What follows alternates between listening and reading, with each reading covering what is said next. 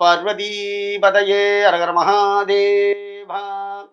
தென்னாளுடைய சிவனே போற்றி, எந்நாட்டவர்க்கும் விரைவா போற்றி போற்றி.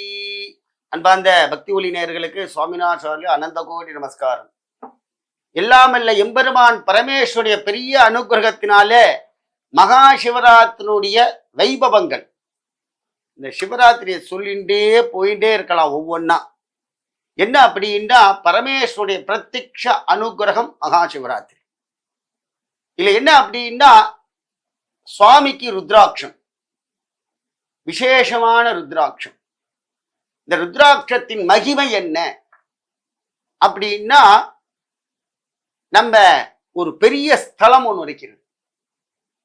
அந்த ஸ்தலத்தினுடைய வரலாறு கேட்டாலே நம்ம ருத்ராட்சத்தை பூஜை பண்ணாம இருக்கவே மாட்டோம். அப்படி ஒரு விசேஷம். கும்பகோணத்தை அடுத்த தேப்பெருமாநல்லூர் என்று ஒரு பெரிய சிவாலயம் இருக்கிறது. அந்த கோயிலுக்குள்ள போனாலே ஒவ்வொன்றும் ஒவ்வொரு விசேஷம். அது பெரிய ஒரு கதையாக இருந்தாலும் புராணங்களில் எம்பெருமான் அவதார ஸ்தலம். அப்படிப்பட்ட சிவபெருமான் மகோன்னமான சிவபெருமான். ஒரு பெரிய முனிவர் என்ன பண்ணார், சிவபெருமான டெய்லி பூஜிக்கிறார். அந்த கோயிலுடைய பல வரலாறுகள் நீங்க அந்த கோயிலுக்குள்ள போனீங்கன்னா நிறைய கேட்கலாம். கும்பகோணத்தில் இருந்து சிறு தூரத்துல தேப்பெருமாநல்லூர் என்று ஒரு சிவாலயம் இருக்கிறது. அந்த ஆலயத்துக்கு போங்க, கண்டிப்பா நம்ம வாழ்க்கையில இதெல்லாம் போய் பார்த்துட்டு வரணும். நான் சொன்ன பார்த்தீங்களா, வாழ்க்கையில சம்சார சக்கரத்துல 30 வயசுக்குள்ள நம்ம கல்யாணம் ஆயிடுச்சு, எல்லா வாழ்க்கையில நம்ம குழந்தை குட்டிகள்லாம் பார்த்துட்டோம்னா குழந்தைகள்லாம் அழிச்சுட்டு ஒவ்வொரு கோவிலுக்கு போய் காமிக்கணும். வைணவ ஸ்தலங்கள், சக்தி தலங்கள், சிவாலயங்கள். அதுவும் இந்த கும்பகோணம் தஞ்சாவூர் பக்கம் போயிட்டேன்னா நிறைய சிவாலயம். காஞ்சிபுரத்துக்குள்ள போனேன்னா அதை விட மகா சிவாலயங்கள். அப்படிப்பட்ட இந்த சிவனடியார் மகாபக்தர் என்ன பண்ண, சிவனுக்கு அவருக்கு ஒரு சாபம். அந்த சாப விமோசனத்தை பெறுவதற்காக சுவாமிக்கு பல புஷ்பங்களால் அர்ச்சனை பண்றார். ஒரு நாளைக்கு ஒரு பூ பண்ணிட்டார்னா அதை திருப்பி பண்ண மாட்டார். அப்படி அவர் பண்ணிட்டே இருக்கும்போது எல்லா புஷ்பங்களும் பண்ணார். அதுக்கப்புறம் ஒரு புஷ்பம் இல்லை. என்ன பண்றதுன்னு அவருக்கு தெரியல. அவர் கழுத்துல ஒரு ருத்ராட்சம் இருந்தது. அந்த ருத்ராட்சம் அவர் குனிந்து இருக்கும்போது சுவாமியோட சிரசுல பட்டு வீழ்ந்துருச்சு. அப்புறம் இவர் என்ன பண்றார், அந்த ருத்ராட்சத்தை எடுத்துன்னு வந்து சுவாமிக்கு ருத்ராட்ச அர்ச்சனை பண்றார். எப்படி பண்ணார் தெரியுமா? பரமேஸ்வரன் அவ்வளவு பக்தியா பண்ணார். எம்பெருமான் அவருக்கு பிரத்யட்சமாக மோட்சம் கொடுத்து சாப விமோசனை நிவர்த்தி பண்ணி பிரத்யட்சமா வச்சுட்டார். அந்த கோவில இன்னைக்கும் போனேன்னா சிவனுக்கு ருத்ராட்ச அர்ச்சனை உண்டு. சுவாமி ருத்ராட்சத்திலே இருப்பார். அதே போல அந்த சிவபெருமானை ஒவ்வொரு ஜீவராசிகளும் பூஜை செய்து கொண்டிருக்கிறது. அதுவும் அல்ல விசேஷம் என்னன்னா, அங்க பாம்பு புஷ்பத்தால் அபிஷேகம் பண்றது, பால்னால் அபிஷேகம் பண்றது அப்படின்னு புராணங்கள் சொல்கிறது. இந்த ருத்ராட்சத்தினால சுவாமிக்கு பூஜை பண்ற ஒரே ஸ்தலம் தேப்பெருமாநல்லூர் கும்பகோணத்தை அடுத்து இருக்கிறது. எல்லா கோயிலையும் சிவனுக்கு வந்து வில்வத்தால் அர்ச்சனை பண்ணுவா, புஷ்பத்தால் அர்ச்சனை பண்ணுவா. அங்க சுவாமிக்கு ருத்ராட்ச அர்ச்சனையே உண்டு. அந்த ருத்ராட்சம் அவ்வளோ விசேஷம். நீங்க அங்க போனீங்கன்னா ருத்ராட்சம் கேட்டீங்கன்னா ருத்ராட்சம் பிரசாதமா கொடுப்பா. அப்படி ஒரு வைபவமான ஒரு ஸ்தலம். என்ன அந்த ருத்ராட்சத்துக்கு சக்தி அப்படின்னா, மகா பராக்கிரமான சிவனுடைய அனுகிரகம் அங்க உண்டு. அந்த கோவிலுக்கு நீங்க போயிட்டு வாங்க, அந்த ஒரு ஆலயத்திலேயே அவ்வளோ விதவிதமான அம்பாள்லேருந்து சுவாமியிலேருந்து புள்ளியார்லேருந்து ஒவ்வொரு கதை அங்கே உண்டு. அங்க பிரதோஷ காலத்துல சிவபெருமானை தரிசனம் செய்யறதுக்கு நந்திக்கு எழுத்தால் ஒரு பெரிய கதவு இருக்கு. பிரதோஷ காலத்துல மட்டும்தான் திறப்பாங்க. அது வழியா நம்ம போய் பிரதோஷத்துல தரிசனம் பண்ணா மறுபிறவி கிடையாது. எம்பெருமான் பரமேஸ்வரனை அகஸ்திய மாமுனிவர் மறுபிறவி இல்லாதவன் மட்டும்தான் அது வழியா போக முடியும், மற்ற யாரும் போக முடியாது. கும்பகோணத்திலே பிறந்திருப்பான், தேப்பெருமாநல்லூர்லயே இருப்பான், அவனே போயிருக்க மாட்டான். அதே போல எம்பெருமான் பரமேஸ்வரனை தரிசனம் பண்ண அகஸ்திய மாமுனிவர் வடக்கேந்த தெற்க நடந்து வந்துட்டு இருக்கார். ஒவ்வொரு ஸ்தலமா வந்து தேப்பெருமாநல்லூர் உள்ள வரார். உள்ள வரும்போது எம்பெருமான் அகஸ்தியா நில்லுன்ட்டார். ஏன் அப்படின்னார், மறுபிறவி இல்லாதவன் மட்டும்தான் என் சன்னதியில் இங்கே வர முடியும் என்று சொன்னார். அப்படிப்பட்ட ஒரு பராக்கிரமான ஒரு சிவாலயம். நீங்க போகணும்னு நினைச்சா விட சுவாமியோட அனுகிரகம் இருந்தாதான் அந்த ஊருக்கே போக முடியும். நம்ம எல்லாம் மனுஷனா பிறந்துட்டோம், கண்டிப்பா அந்த கோவில்ல நம்ம போய் பிரதோஷ காலத்துல அந்த வாசல் வழியாக சென்று சிவபெருமானை வழிபட வேண்டும். பிரபாவரம் தாரும் பெருமானே எனக்கு பிரபாவரம் தாரு, பிரபாவரம் தாரு இறைவா மறுபடி உன்னை மரபாவரம் தாரு பெருமானே அப்படின்னு பாடுறார் இல்லையா. பிறவாவரம் தான், மறுபிறவி இல்லைனாதான் அந்த சுவாமி நீங்க பார்க்கவே முடியும். சிவனுடைய அனுக்கிரகம் இந்த 14 பிறவிகளில் இருந்தால்தான் நீங்க இந்த மனித பிறவில சிவ தரிசனம் பண்ண முடியும். அப்படிப்பட்ட ருத்ராட்சத்தினாலே எம்பெருமானை அர்ச்சனை செய்கிறார்கள். ஓம் சிவாய நமஹ, ஓம் மகேஸ்வராய நமஹ, ஓம் சம்பவே நமஹ அப்படின்னு ருத்ராட்சத்தினாலே சிவபெருமானுக்கு அர்ச்சனை.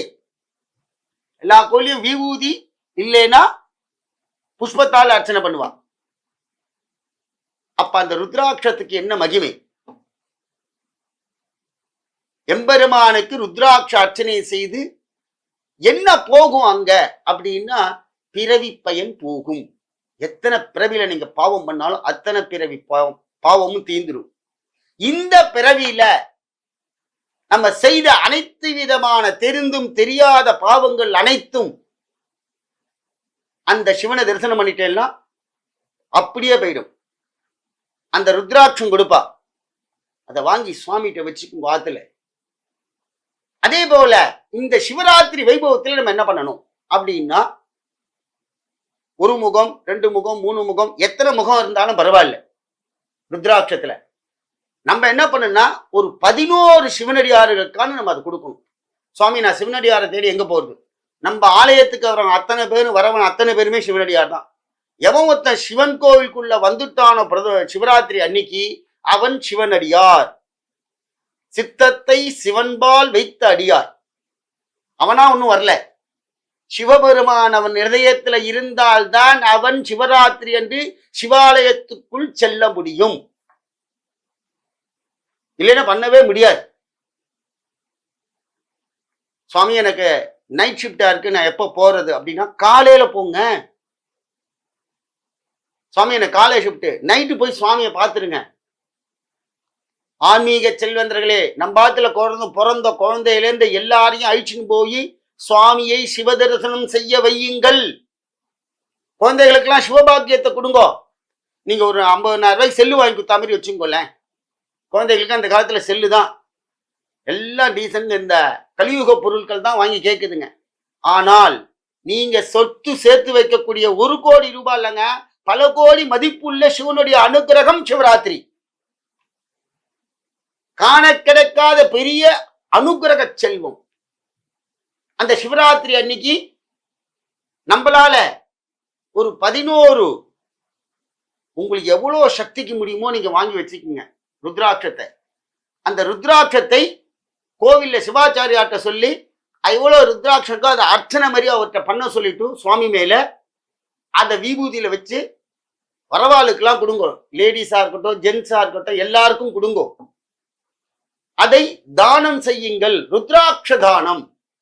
என்ன இதுல பயன் அப்படின்னா, கொடுத்தவனுக்கு குபேரன் அவாத்துல இருப்பான். எப்படி? குபேரன் வாத்துல வாழ்ந்துருவான், கண்டிப்பா கண்டிஷனோட உட்காந்துப்பான். மகாலட்சுமி சேர்ந்து வருவாள். குபேரன் மாத்துல இருக்கணும்னா இந்த மகா சிவராத்திரியில ருத்ராட்சம், ஒவ்வொரு ருத்ராட்சம் சிவனுக்கு அர்ச்சனை பண்ணி, ருத்ராட்சத்தினால அர்ச்சனை பண்ணணும், அங்க பண்ணி சிவாச்சாரியார்ட்ட வாங்கிக்கிங்கோ. ஏன்னா சிவாச்சாரியார்னா பரமேஸ்வரன், அவர் தான் அங்க பூஜை பண்றார். அந்த அனுகிரகம் அவர்கிட்ட வரும். வாங்கி நீங்க ஒவ்வொரு பிரதட்சணமா வந்துட்டு எல்லாருக்கும் கொடுங்கோ. உங்களுக்கு ஒண்ணு வச்சுக்குங்க, முதல்ல உங்களுக்கு வேண்டிய ஆளுக்கா வச்சுட்டு மீதி எல்லாம் தானம் பண்ணுங்கோ. வாங்கி நம்ம என்ன தெரியுமா பண்ணணும்? இது எதுக்காக கொடுக்குது தெரியுமா? எல்லாத்தையும் பண கஷ்டம் இருக்கு. சில பேராத்துல நிறைய சம்பாதிச்சுன்னு வரா, பீரோல காசு தங்கவே மாட்டேங்குது. வருமானம் வருது போகுது. ரெண்டாவது, ப்ரமோஷன்கள்லாம் வரல, இன்கிரிமெண்ட் வரல, வேலை தடுமாற்றம், பணத்துக்கு வழியே இல்லை சார். எங்க காத்துல அவ்வளோ கஷ்டப்படுறோம், ஏதானும் ஒரு வழி கிடைக்குமா அப்படின்னு நாங்க பாக்குறோம். அப்படின்னா உங்களுக்கு பேர் அனுகிரகமா இருக்கக்கூடிய இந்த ருத்ராட்சத்தை கோவில்ல கொடுக்குறா பார்த்தீங்களா, வாங்கிட்டு ஆத்து பீரோல வச்சுக்கோங்க. முதல்ல கழுத்துலயோ இதுல இப்ப போட வேண்டாம், பீரோல வச்சுட்டு இங்க பண்ணேன்னா தன ஆகர்ஷணம் கிடைக்கும். தன ஆகர்ஷணம் வேற, தன அபிவிருத்தி வேற. நல்லா தெரிஞ்சுக்குங்கோ. தன ஆகர்ஷணா குபேரனே உட்கார்ந்துட்டு இருக்கான்னா எழுந்து போக மாட்டான். ஆகர்ஷ சக்தி அதிகமாகும் பீரோக்குள்ள, தன தானியம் அபிவிருத்தி ஆகும். வாங்கி வச்சுட்டு மட்டும் நீங்க அதை அசால்ட்டா இருக்கக்கூடாது. அந்த பீரோக்கு ஊதுபத்தி சாம்பிராணிலாம் காட்டி அங்க சிவபெருமான்கிட்ட பிரார்த்தனை பண்ணணும். பரமேஸ்வரா, என் கஷ்டத்தை நிவர்த்தி பண்ணு. ஏன்னா சிவன் ருத்ராட்ச ரூபம். எப்படி அப்படின்னா, ஏக முகம், 2 முகம், 3 முகம், 4 முகம், 5 முகம். அப்படிப்பட்ட எம்பெருமான் ஒரு முகத்தோடையோ இல்ல 2 முகத்தோடயோ உங்க காலத்துல உட்கார்ந்துட்டு இருப்பார். அவர் எங்க உட்கார்ந்துட்டு இருக்கார்? பீரோல ஆகர்ஷ சக்தியா உட்கார்ந்துப்பார். உங்க கஷ்டங்களை எல்லாம் அவரே பார்த்து நிவர்த்தி பண்ணுவார். சுவாமி, நான் ருத்ராட்சம் வாங்கி வந்துட்டேன், என் காலத்துல இன்னும் கஷ்டம் தெரியலன்னு சொல்லக்கூடாது. சுவாமிகிட்ட பக்தியா இருக்கணும். திங்கட்கிழமை சோமவாரம் சிவபெருமானுக்கு நெய் விளக்கு போட்டு சுவாமிக்கு ஒரு 11 பிரதட்சணம் மட்டும் வாங்கும். இந்த சிவராத்திரிலிருந்து எல்லாரும் கடைபிடிக்கணும். ஐஸ்வர்யம் வேணும், எங்க காலத்துல பீரோ ஃபுல்லா நகை ரொம்பணும், எங்க காலத்துல நகையெல்லாம் அடமானத்துக்கு போகக்கூடாது, நகையெல்லாம் நல்லா எங்க காலத்துல விருத்தி ஆகணும். என்ன ஐஸ்வர்யம், மகாலட்சுமி நம்மளோட இருந்துட்டே இருக்கணுமா, ட்ரையாவே இருக்கக்கூடாது.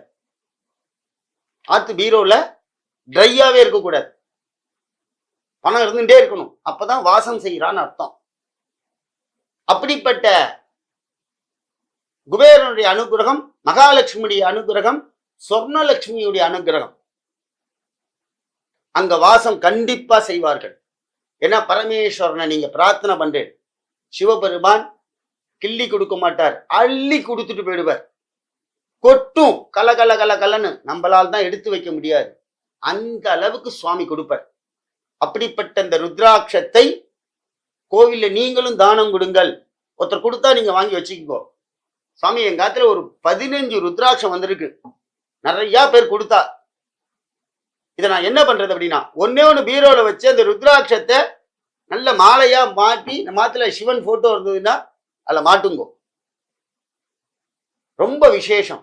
அப்போ உங்களுக்கு 15 பேர் கொடுக்குறான்னா சுவாமி உங்களோட உட்காந்துக்க போறாருன்னு அர்த்தம்.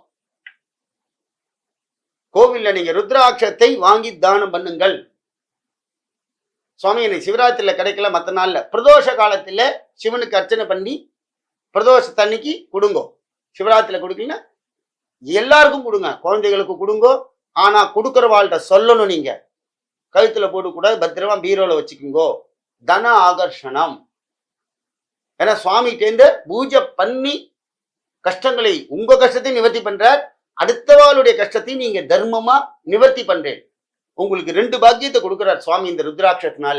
அதனால எல்லாரும் இந்த ருத்ராட்சத்தை மகா சிவராத்திரியில பூஜை செய்து ஒவ்வொரு காலத்துல அர்ச்சனை பண்ணுவா சிவாச்சாரியார்.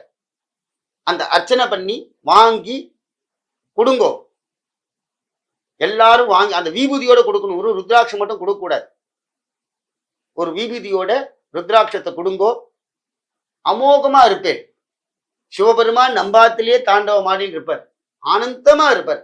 அவர் கைலாசபதி. அப்படி ஒரு சிவ அனுகிரகம் நம்ம பாத்துல கிடைக்கும். இந்த ருத்ராட்சத்தினுடைய மகிமையை கும்பகோணத்தை அடுத்துள்ள தேப்பெருமாநல்லூர் என்ற சிவாலயத்திலே எம்பெருமானை தரிசனம் செய்யுங்கள். அவர் ருத்ராட்சத்துல தான் தரிசனமே கொடுப்பார். சுவாமி எப்போதும் ருத்ராட்சம் தான் அணிஞ்சிட்டு இருப்பார். அந்த கோவிலுக்குள்ள பிரதோஷத்தன்னைக்கு சாயங்காலம் ரொம்ப விசேஷம். பிரதோஷத்தன்னைக்கு அந்த ஊர்ல போய் சுவாமியை பிரதோஷ காலத்தில் தரிசனம் செய்யுங்கள். அந்த ஆலயத்தில் இருக்க சிவாச்சாரியர் அந்த கோவிலுடைய புராணங்களை எல்லாம் சொல்லுவார். அவ்வளோ பெரிய ஸ்தலம். அடியார்களே சொல்றார், சுவாமி உனக்கு மறுபிறவி இருக்கு, நீ வராதேன்னு சொல்லுவாராம். யாரா இருந்தாலும் மறுபிறவி உள்ளவர்களுக்கு அந்த சிவாலயத்திலே இடம் கிடையாது. மறுபிறவி இல்லாதவன் தான் அந்த கோயிலுக்குள்ளே போக முடியும். சுவாமி பரிபூர்ண சிவ அனுகிரகம் உள்ளவன் தான் அந்த சிவாலயத்துக்குள் செல்வார்கள். அப்படி ஒரு மகோன்னமான ஒரு பரமேஸ்வரன். அதனால ஆன்மீக செல்வந்தர்களே, ருத்ராட்சத்தை சிவபெருமான் உங்களுக்கு பெரிய அனுகிரகம் பண்ண போறார். அதனால இந்த ருத்ராட்ச பூஜையெல்லாம் செய்து அந்த தேப்பெருமான கும்பகோணத்தை அடுத்துள்ள தேப்பெருமான் நல்லூரில் இருக்கக்கூடிய சிவபெருமானை தரிசனம் செய்யுங்கள். எம்பெருமான் ருத்ராட்சத்திலே ருத்ராட்சம் தான் அவர் வச்சுருப்பார். அப்படி ஒரு புஷ்பம்லாம் அதிகமா இருக்காது அவர்கிட்ட. ருத்ராட்சம் தான். அந்த ருத்ராட்சத்துக்கு அவ்வளோ மகத்துவம். அதே போல அங்க நீங்க ருத்ராட்சம் வாங்கி ஆத்துல வச்சுக்கோங்க. அதே போல நம்மளும் சிவராத்திரியில ருத்ராட்சத்தை தானம் கொடுங்கள். ஒவ்வொரு ருத்ராட்சம் வாங்கி கொடுங்கோ. இப்ப நீங்க கஷ்டப்பட்டா கூட உங்க வம்சம் கஷ்டப்படாது. பின்னாடி உங்களுக்கு பேரன் பேத்தி, எப்படி நம்ம தாத்தாக்கு நம்ம பிறந்து வந்தோமோ, நம்ம தாத்தால யாருமே நிரந்தரம் இல்லை, நம்மளும் நிரந்தரம் இல்லை. நமக்கு அடுத்து வரக்கூடிய பேரன் பேத்திகள், கொள்ளு பேரன், அவாள்லாம் எல்லோருக்கும் நாம் செய்யக்கூடிய ஒரு பெரிய புண்ணியம் என்ன தெரியுமா? நீங்க சொத்து சேர்க்கிறீங்களோ இல்லையோ, சிவனுடைய புண்ணியத்தை சேர்த்து வையுங்கள். சிவபெருமானே அவர்களுக்கு அனுகிரகம் பண்ணுவார். நீங்க இப்ப பீரோல வாங்கி வைப்பேல அந்த ருத்ராட்சத்தை, நாளைக்கு பேரன் பார்ப்பான், எங்க தாத்தா வாங்கி வச்சுட்டு போனார்ரா, இன்னைக்கு நான் நல்லா இருக்கேன், இதுதான் எங்க ஆத்துல பெரிய சிவன், இதை கண்ணில் ஒத்திக்கோ அப்படின்னு அவன் பொண்டாட்டிக்கு அவன் சொல்லுவான். அவன் சிவதானம் பண்ணுவான். அந்த ருத்ராட்சத்தை அவன் தானம் பண்ணுவான். அப்படி வம்சமே தானம் பண்ணி கோடீஸ்வரனா இருப்பான். அப்படி ஒரு பெரிய விசேஷமான இந்த மகா சிவராத்திரியில எல்லோரும் ருத்ராட்சத்தை வாங்கிண்டு ருத்ராட்சத்தில் இருக்கிற சிவனை வழிபட்டு ஐஸ்வர்யத்தை அடையுங்கள். நம பார்வதி பதையே, ஹர ஹர மகாதேவா.